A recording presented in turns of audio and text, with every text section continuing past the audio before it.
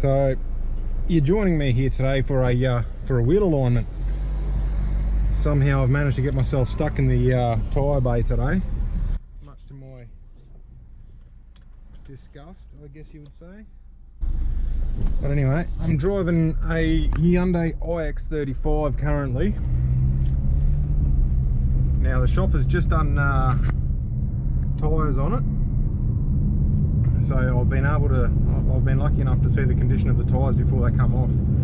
Quick test drive beforehand shows that the steering wheel is slightly down to the left, but otherwise driving reasonable.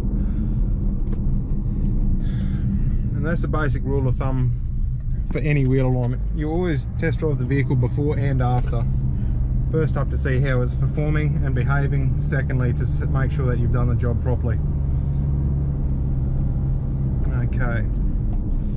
A lot of people don't understand how wheel alignments are done. And hopefully this shows you a little bit about what we do.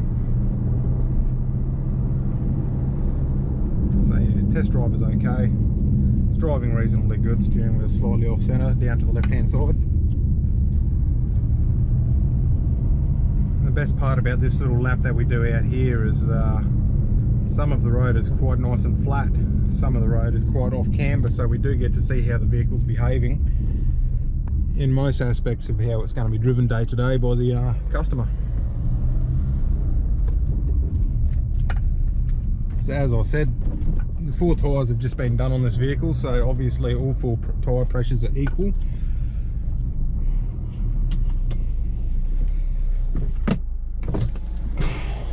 How are you going to do the Typhoon first? Oh, for fuck's sake, really? Yeah. Alright.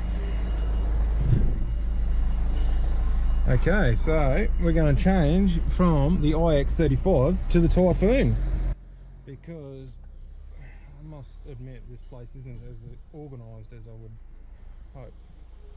So I'll leave this bad boy sitting right here and we'll do the Typhoon instead, which is probably not such a bad thing because the Typhoon's got a lot more adjustment in it than this.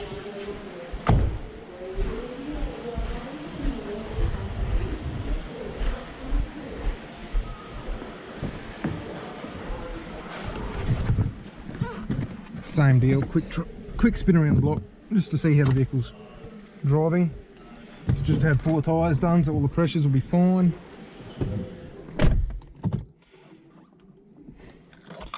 Key on. Forget how to drive these things sometimes. Most makes and models are different these days, so it's hard to keep track.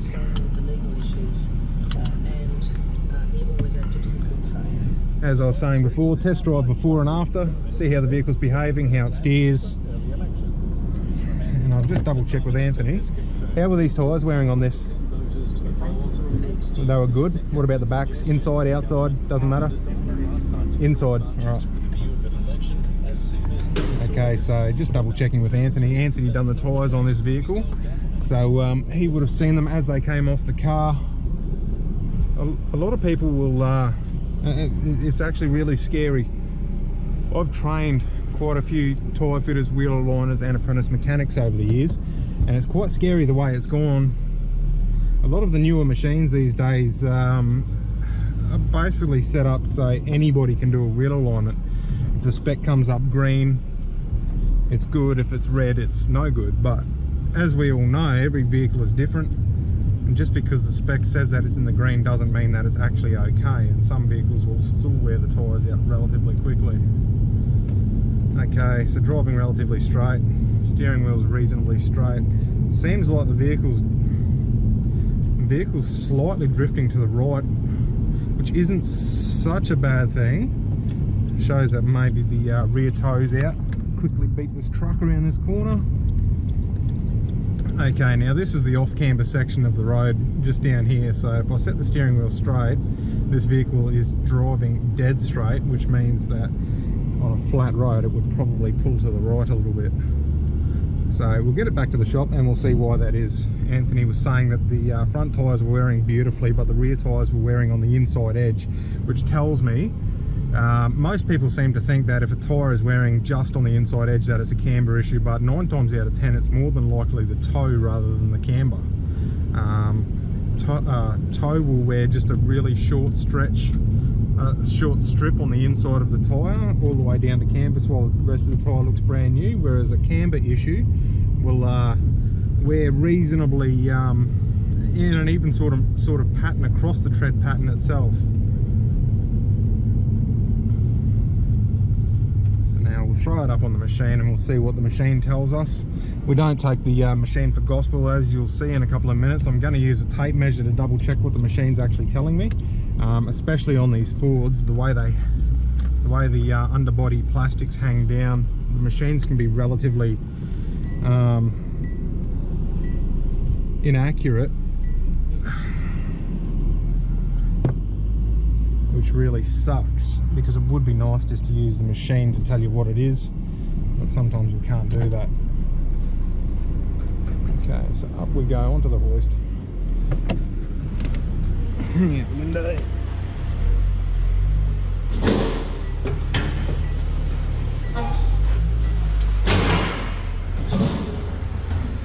The front tyres on our plates.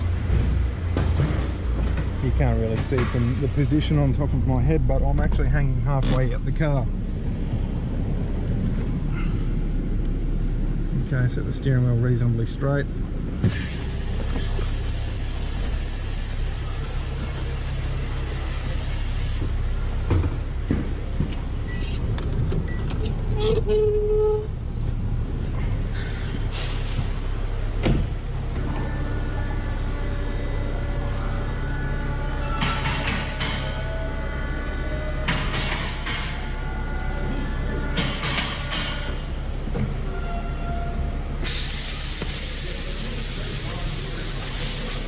Okay, what size tyres are these? 18s. Oh, and the head's already set to 18. Must be my lucky day.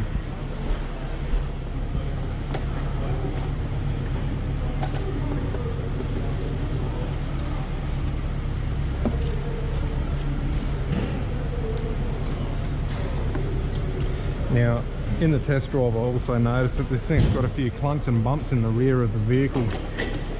As anybody that knows this model knows, the rear bushes, the diff bushes in the centre and each side bush tend to flog out relatively quickly. This being a Typhoon, I'm not surprised whatsoever. They've got a fair bit more power than the XR6 Turbo variant.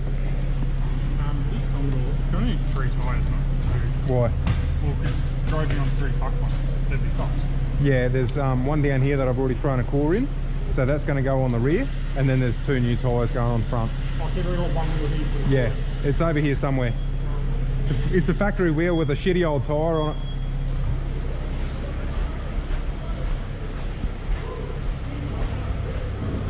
Get rid of the phone.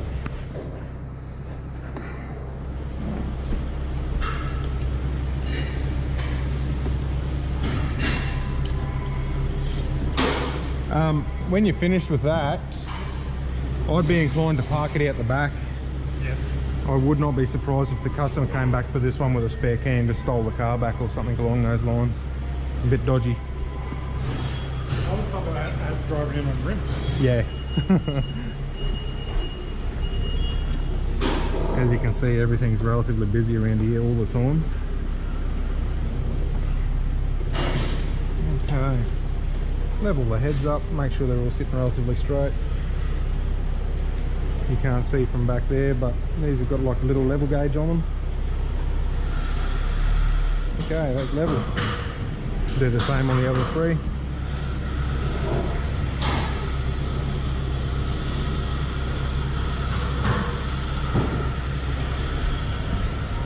Some people like to drag wheel alignments out, but there's no reason a full wheel alignment should take more than say 20 minutes. Something like these Ford Falcons, especially the turbo variants, they can take quite a bit longer because you have to shim the front end if they need work, and the turbo sits right next to some of the bolts you have to undo, and it gets boiling hot, as you can imagine. So we try not to boost these things on the test drive.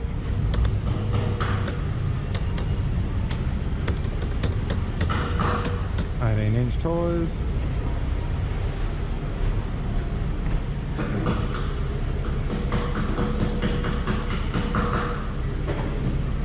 Okay, what I'm doing here is I'm doing the caster swing. The computer determines how much it wants you to swing it each way so that it can pick up on what the caster actually is, what the measurement is.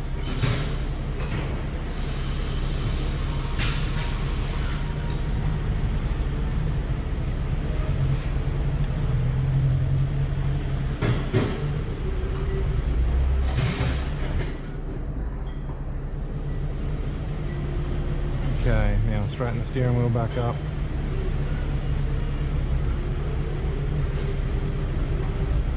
Well, where the machine thinks it's straight anyway.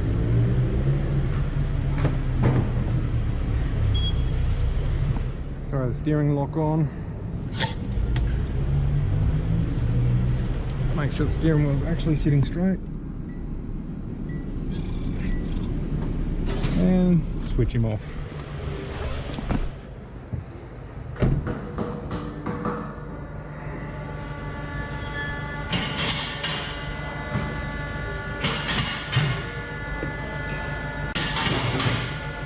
Just for those Ford lovers out there.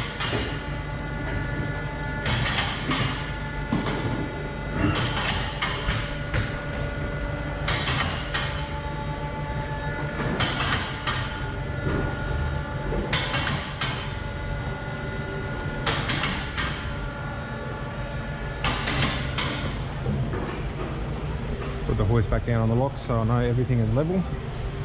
Okay, and that's what we've got.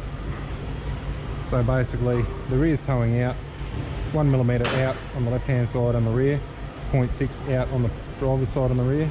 That's towing in 2mm total on the front. So that right there is why, as you can see, the rear cambers are absolutely perfect. Well, I wouldn't say perfect, but they're pretty good for a Falcon anyway. But nothing wrong with the cambers. So the wear on the inside, as I was saying before, is going to come down to the toe.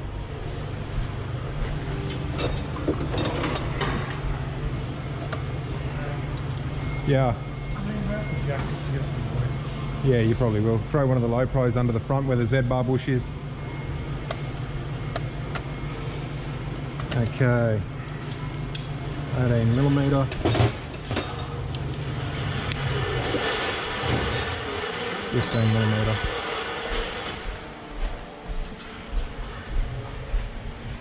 15mm. On each side you'll see that there's that big bush, the big Z-bar bush with a big bolt going through the middle. Yep. Just jack it straight under that. Okay, I can't really see the screen from here. Silly me. The eyes are getting old. Okay.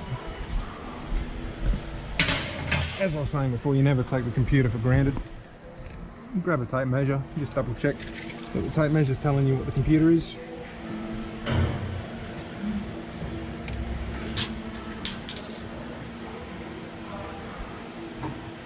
Three.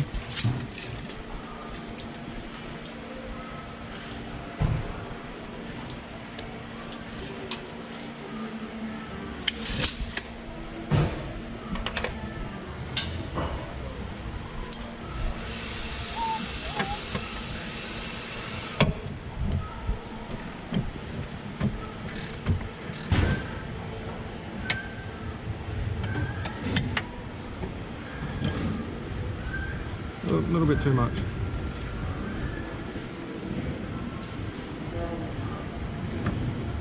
Go about half a mil out. I would say that this is probably more of a family sedan than anything else. Doesn't seem to be a boy racer. Doesn't have a big exhaust system on it or any other performance parts by the looks of it. So I'll just do it to a reasonable street spec. I'll go about 0.3mm toe in on the rear. That'll help it grab some traction and not be so squirmy on the road.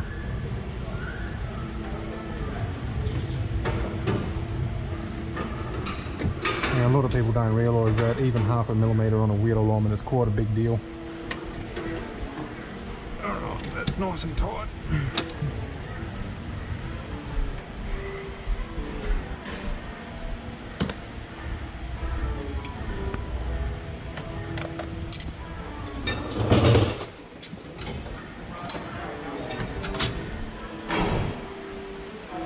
Okay, And most people would think that everything is supposed to be even, but this is set up pretty well. As I was saying before on the test drive, it looks like on a dead flat road this car would probably pull to the right just a smidge. On an off-cambered road it's driving reasonably straight, which is really good. Caster, you always want a bit of a split to the left-hand front. You want more positive caster on the left-hand front than you do on the driver's side. That's your leading wheel. I'm explaining wheel alignments. And it can go anywhere from 0.2 to sort of a whole degree of caster split like we've got here. We've also got a bit of a split in the camber as well.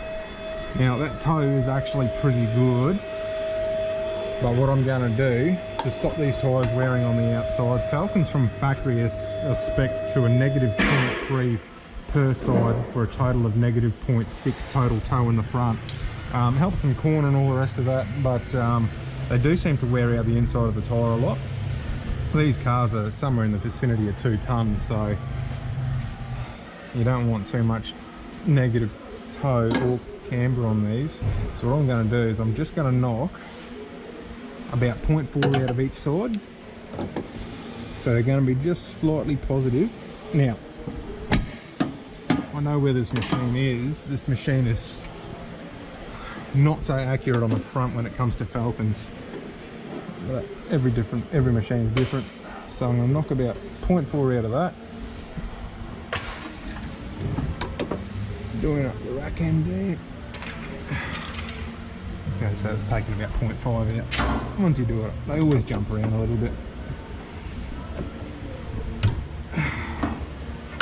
Do the same on this side. Now, because this thing was driving with the steering wheel relatively straight, if I take an even amount out of each side, the steering wheel should be in roughly the same position. Half the time that people get wheel alignment comebacks and crooked steering wheels and stuff like that is because they take their machine for granted. They don't realise that a machine can be fallible as well. This machine is used for measuring, for nothing else. You should never just trust what it's telling you.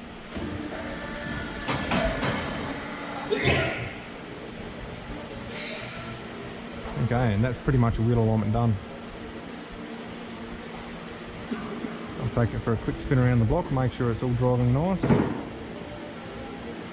That's obviously the results of this wheel alignment are going to save the inside of those rear tyres, and it's going to save the outside of the front tyres. I've put a little bit of positive toe into the rear where it was negative before, and I've pulled a little bit of the positive out of the front.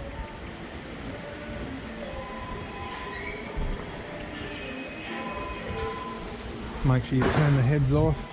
They've got dodgy old batteries in them that go flat all the time.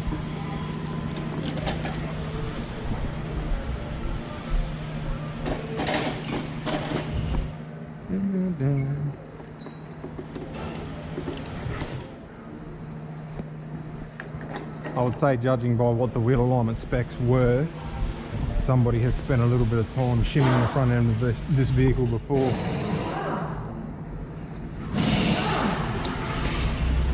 For a Falcon on Australian roads, that's about where you want the caster and camber to be. So we're lucky today, this one was a winner. We call this a cream job because we just had to do the toe on the front and the rear.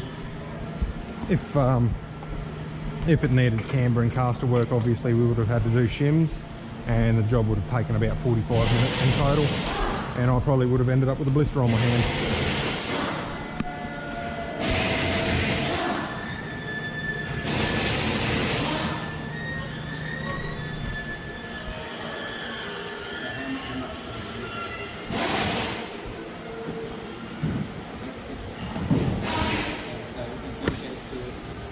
Quickly write down my vehicle spec.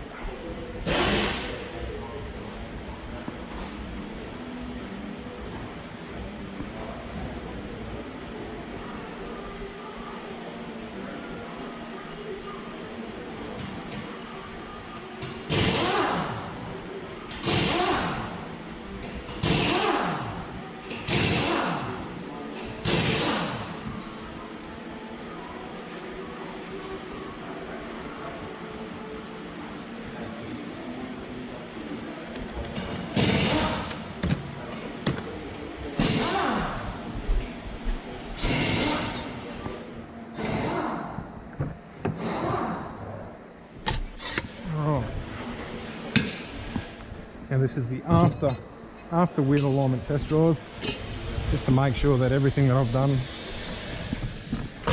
going in the vehicle's favour. Oh, something just snapped off the key ring.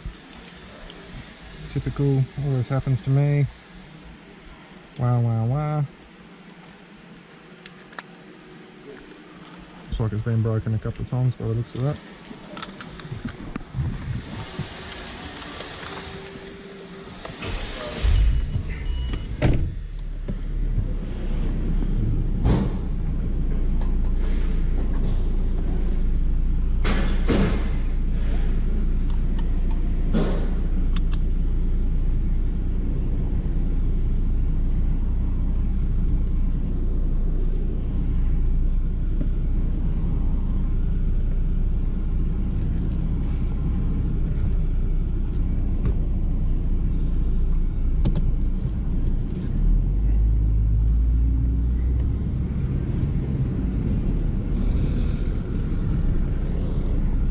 Nice and slow out the driveway.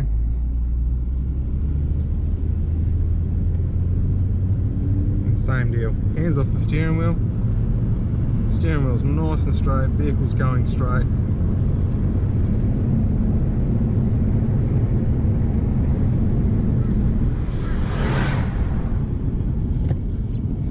So instead of going with a predetermined green is good and red is bad scenario, I've taken into account the way the tyres were wearing, what the current spec was, and basically gave the vehicle what it needed to drive nice with a straight steering wheel and to stop wearing tyres.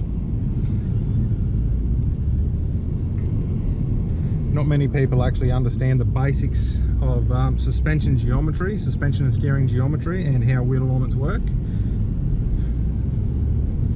But as quite a few of you would know, I'm a qualified mechanic who has spent quite a lot of time in suspension and wheel alignments, and basically setting up road cars, setting up drag cars, and doing all the sort of shitty jobs that either nobody else wants to do or knows how to do, along with fixing a lot of mess ups by other shops and such.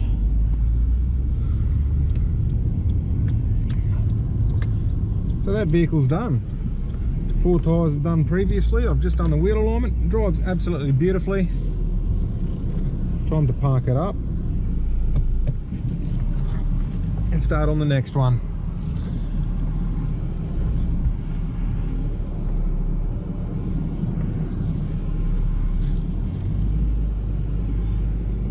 Make sure I don't hit that little buzz box behind me. Perfect.